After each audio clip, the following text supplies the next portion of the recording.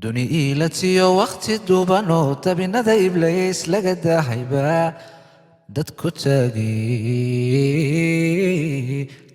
taagi daa'ima wallow dirkayaga hago dibadiya dalkaba ku dabaalsamo daadanoo hadee daa'imow allow qalbi daacadoo sama kaa dalbada adaa deeqsiyo degdeg ugu horee noo ajiib ducada faqri iyo danyari allow naga duwo dagalkiyo arlada noo doojiyo dalka noo nimcee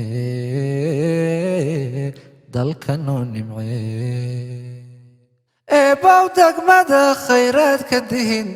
ku dilaaciyo dulahaan islaam dayrkadkaye dadkayaga dhammaan daahow amiin xubadii ku duxi daawgii xaqiyo diinta noo adkee dinema guarantee foundation oo samafalka ka shaqeeya iyo malcamadaha iyo masaajidada meelaha khayrga ah saa darteed waxaan u dhiibayaa sheekh bare oo isna la socday groupka midnimo charity foundation.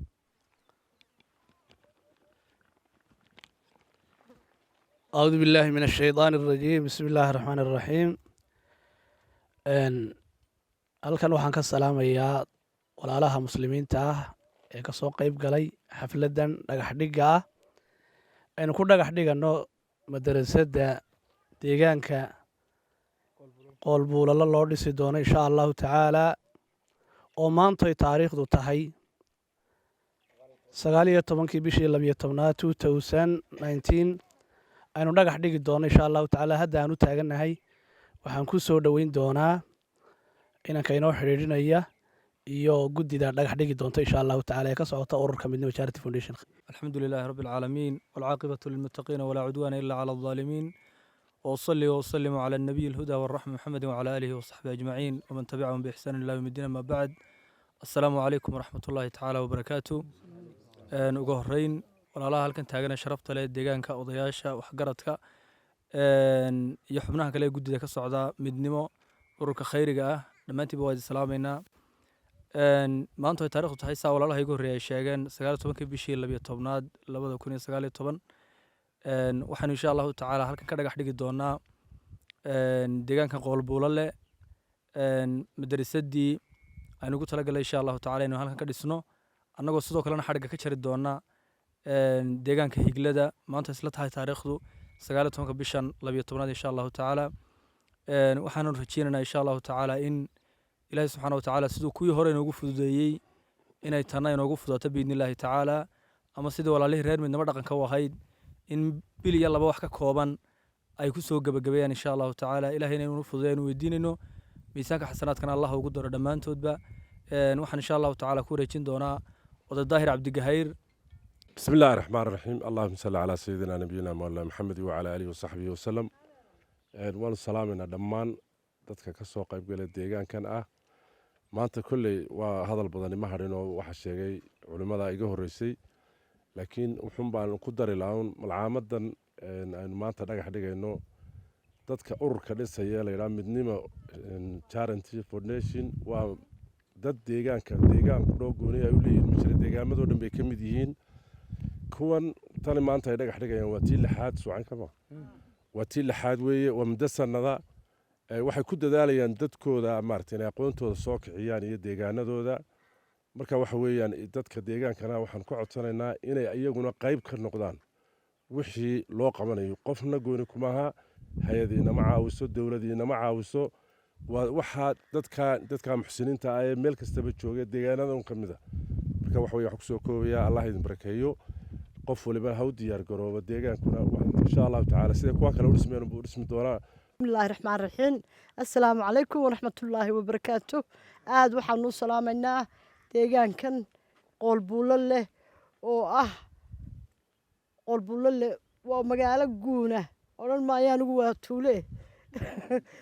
sheekadeeda markaa muraadkan u nimid waxa weeye haddaanu reer midnimo charity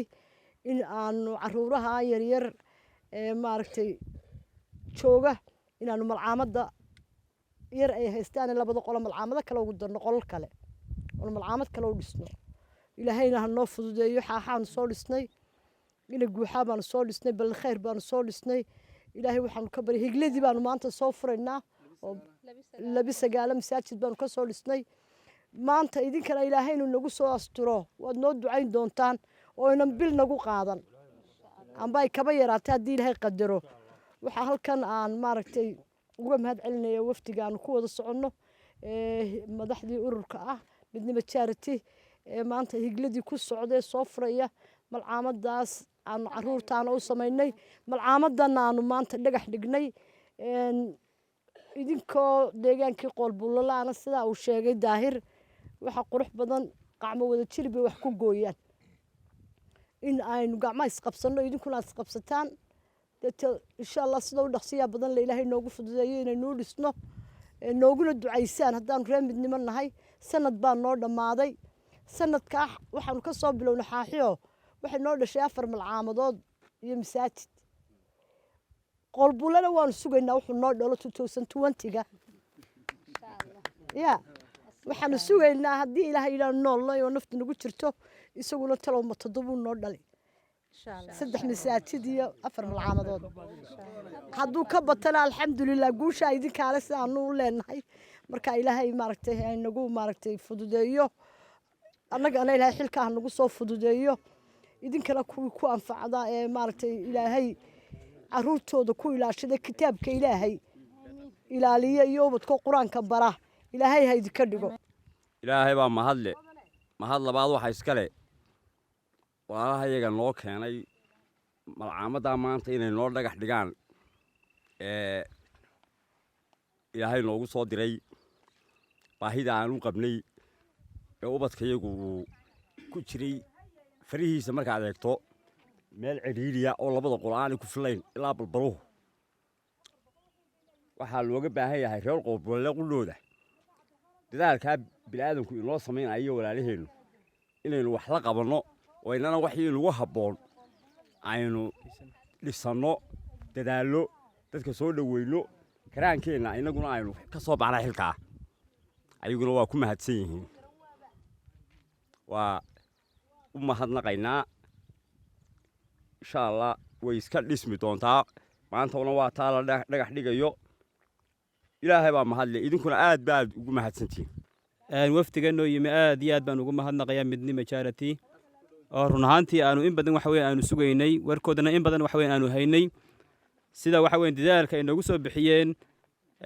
malcaamadna waxa weeye aan ugu baahnayn runtii waxa weeye ay waqti iyo dhaqaale waxa weeye noogu soo bixiyeen runtiina waxa weeye in badan aanu sugaynay maantana waxa weeye ay noo yimaadeen aad iyo aad baan ugu mahadnaqayaa waan soo dhaweynayaa